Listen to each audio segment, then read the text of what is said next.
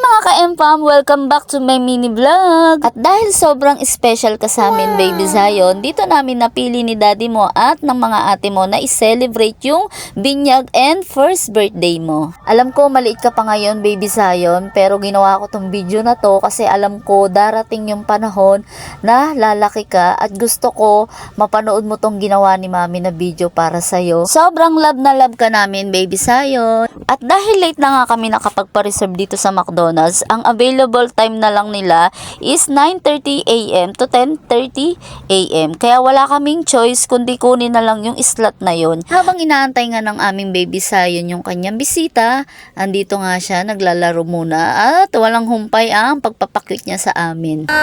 Yabang naman ng bebe ni mami. Kaka! Lakad na ikaw, lakad. Kaka! At unti-unti na nga nagsipagdatingan yung mga bisita ng aming baby Zion. At habang inaantay nga namin yung ibang bisita, ayan naman ang aking sugar daddy, nangangampanya na naman. Wow, sana all may sugar daddy. At kumuha rin po pala ako ng photographer para naman full pack na napakaganda ng remembrance picture namin. Minsan lang yan, day. Motive po pala ng aking baby Zion is Coco Melon. Favorite niya talaga yung Coco Melon. Yung tipong kahit matutulog na siya at paggising niya, nababanggit niya pa rin si Coco Melon. Melon baka naman. Anyway, nagpagawa rin po pala ako ng souvenirs para sa mga ninong-ninang and sa mga bisita. And maraming salamat po pala sa mga naka-attend sa binyag and birthday ng aking baby Zion. Ayan naman yung mga ninong-ninang niya na nagagandahan at nagwagwapuhan. Andiyan din ang mga tita, tito. Syempre, walang pangit sa lahi namin. Yung sugar daddy ko talagang ayaw rin magpaawat sa video. Yung totoo, ikaw yung may birthday.